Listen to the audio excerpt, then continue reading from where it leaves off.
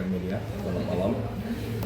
Kami dari Lembaga Bantuan Hukum KIS, saya selaku direktur, ada Pak Hidayat dan juga Bang Hilton dan tim juga. Tentu nawaitu kita melakukan somasi ini adalah sebagai bentuk kontrol, sebagai potret kita melakukan kontrol terhadap hadirnya beberapa pertunjukan yang kita duga orkestrasi yang tidak bermoral yang dilakukan oleh utusan khusus Presiden Prabowo Subianto, yang kita anggap beberapa hal tersebut yang dilakukan dan ditampilkan ke publik ini tidak sesuai pada tempatnya. Jadi somasi ini sebagai kontrol untuk kita letakkan pada tempatnya, seperti itu. Nah, kalau kita melihat daripada situasi kebatinan, tentu kita publik maupun netizen melihat dan menyikapi bahwa utusan khusus Presiden ini kan adalah sesuatu hal yang baru. Kalau kita lihat kemarin ada kejadian yang sempat juga terjadi dengan utusan sebelumnya. Nah, sekarang terjadi lagi. Lingkupnya juga berkaitan dengan ST, si owner daripada bisnis ST. Kita tahu lah itu siapa ya, kita sebut saja RA.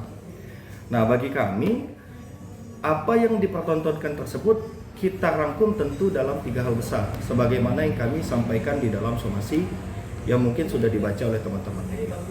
Pertama, kita duga RA sebagai jabatannya utusan khusus Presiden bidang kepemudaan dan seni kalau tidak salah, ini melakukan flexing terhadap gelar yang di kemudian hari dikonfirmasi oleh Kementerian Pendidikan.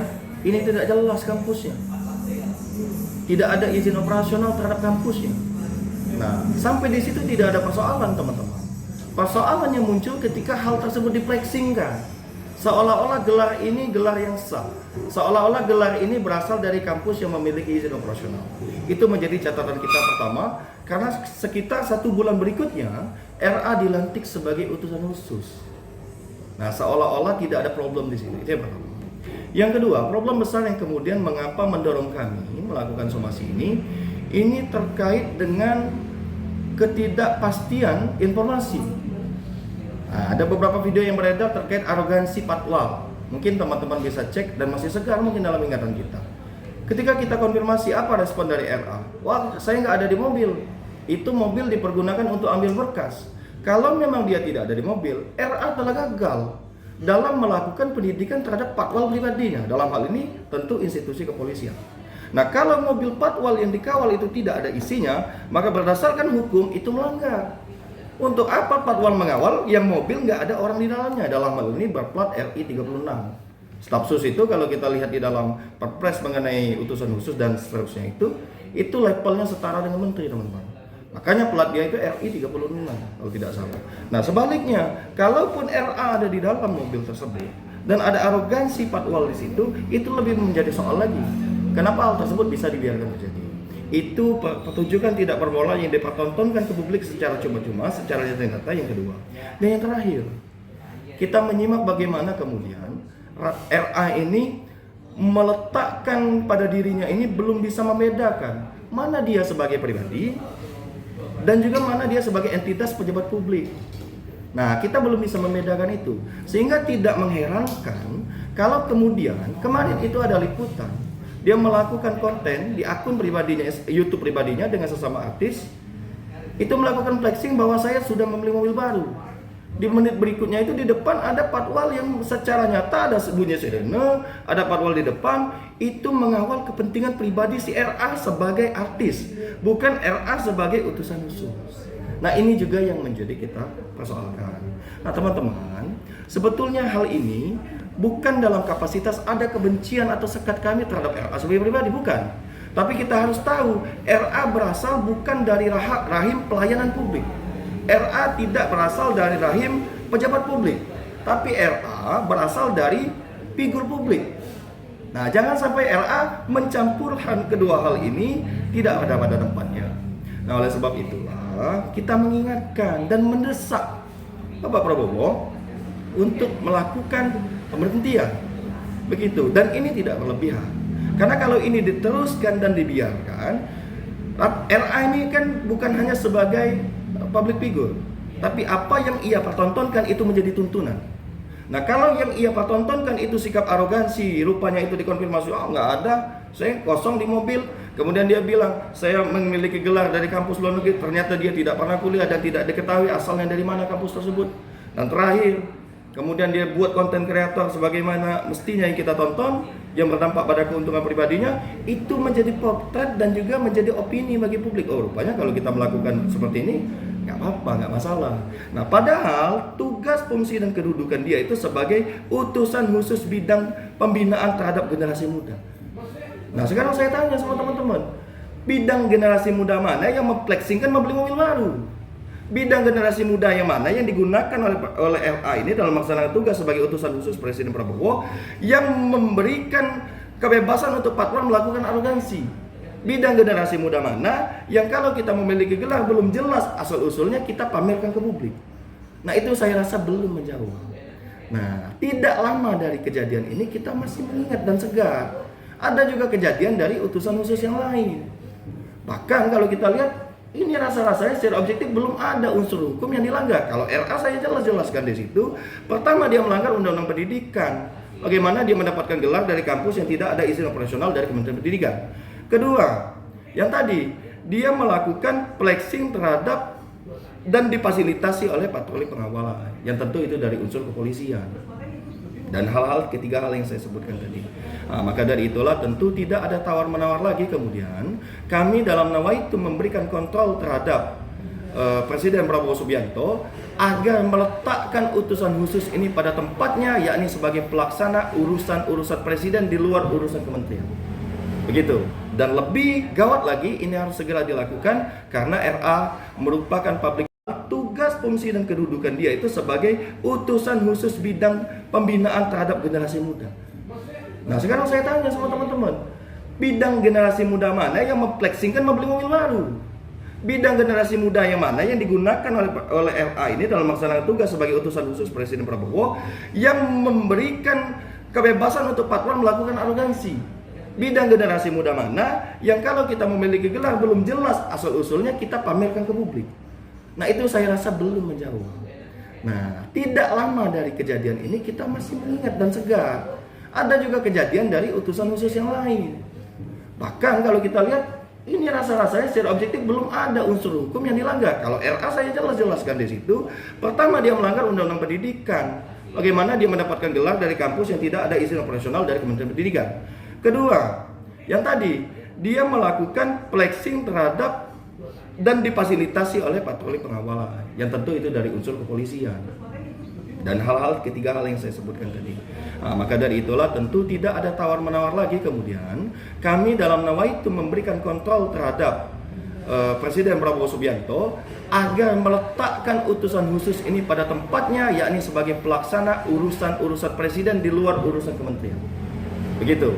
Dan lebih gawat lagi, ini harus segera dilakukan karena RA merupakan public figure, tidak hanya sebagai pejabat publik tetapi juga public figure yang kita tahu pengikutnya ini lumayan besar di republik ini. Yang kalau dia melakukan suatu hal yang tidak lumrah, ini ditakutkan akan menjadi tontonan bagi generasi muda. Begitu, teman-teman. Kita kirimkan itu secara terbuka, artinya kita tidak perlu tanda terima, tapi itu kita pastikan itu sudah diketahui. Karena lingkup kita adalah media sosial dan media elektronik online, kami pastikan itu sudah sampai dan kita lakukan itu secara terbuka, kita kirimkan dan kita publikasikan ke publik di kemarin kalau tidak salah Pak Gubernur. Terus sejauh ini sudah ada respon dari pihak Raffi? Kalau secara langsung tidak ada dan kita juga tidak mengharapkan respon apapun dari pihak LA. Yang kita dengungkan adalah Pak Prabowo berani mengambil sikap. Nah, dua hal. Antara Pak Prabowo berani mengambil sikap atau RA berani mengambil sikap kesatria. Seperti contoh yang kemarin, menimbulkan sikap kesatria yang tidak jelas sebetulnya di mana unsur yang melanggar, hanya gara-gara dorongan publik yang mengundurkan diri. Nah, itu lebih gentle. Nah, kita tunggu nih, dia bisa gentle atau justru menganggap itu lumrah saja. Nah, itu mungkin. Berarti hal terjadi abang-abang tidak dilakukan adalah Raffi menudai. Kalau memang, ya betul. Kalau memang itu tadi, nalar berpikir RA sebagai pejabat publik itu bisa menangkap apa respon publik, tentu dia mengundurkan diri. Kalau kita contoh dari negara-negara luar kan cepat itu. Sedikit saja ada opini yang tidak beres, dia tidak melakukan klarifikasi, tapi langsung mengundurkan diri. Nah, tapi kita tidak tahu, kita tantikan ini. Yang jelas kita tujuan utama kita ini kepada Bapak Presiden untuk segera merespon. Gitu. Tapi kan dalam artian kalau soal fatwa itu kan memang sudah disanggah sama Rafi secara terbuka ya. Dibilangnya itu fatwa itu sudah ada sebelum dia dilantik jadi utusan khusus. Dalam artian dia sudah sering menggunakan fatwa. Dan apa yang disampaikan oleh teman-teman ini mayoritas netizen opininya seperti itu. Nah, berhubung karena kita adalah pegiat hukum, jadi pengawalan pribadi dari institusi kepolisian atau institusi sejenis itu hanya diperuntukkan bagi pejabat-pejabat tertentu, baik itu bagi kepresidenan maupun dalam hal-hal tertentu. Tapi kalau itu berkaitan dengan kedudukan dia sebagai sipil seperti kita, itu tidak boleh. Aturannya jelas, undang-undang lalu lintas mengatur itu, peraturan presiden berkaitan dengan lalu lintas juga mengatur itu. Nah, jadi kalau ada yang menggunakan patwal untuk kepentingan pribadi, itu tidak boleh dan melanggar. Kapan kita bisa menggunakan patwal untuk kepentingan pribadi? Ketika kita dalam keadaan terdesak, ketika kita dalam keadaan berbahaya. Nah, itu baru boleh. Jadi kalau ada yang mengatakan Rafi RA udah lama menggunakan patwal dan seterusnya, ya kalau memang itu patwal polisi, kami katakan di sini itu melanggar. Tapi kalau itu patwal pribadi, ya siapa saja bisa. Begitu. Ada lagi Bang Jurek? Bang, berarti surat somasi itu udah diterima ya? Surat Apa somasi baru dilayangkan aja lewat media sosial? Somasi ini kan sifatnya terbuka, Bang. Terbuka artinya siapa saja bisa melihat, siapa saja menerima. Dan karena ini lingkupnya adalah media sosial, kami pastikan LA sudah membaca itu, maupun Bapak Presiden. Kan biasanya kalau somasi juga ada tenggat waktu nih Bang. Hingga kapan sih Abang memberikan waktu untuk tujuan ini yang Abang berikan? Kita lihat nanti. Kalau memang dalam jangka waktu 1 atau 2 minggu ke depan belum ada tindak lanjut dari istana, ya mungkin kita akan tetap melakukan upaya hukum.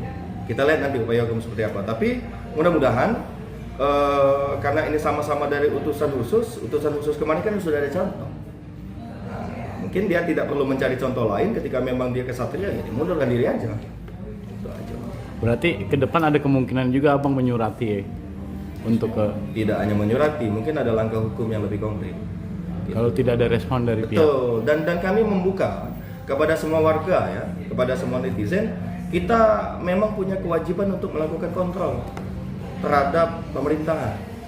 Apakah dalam bentuk somasi ataupun dalam bentuk kritik kan.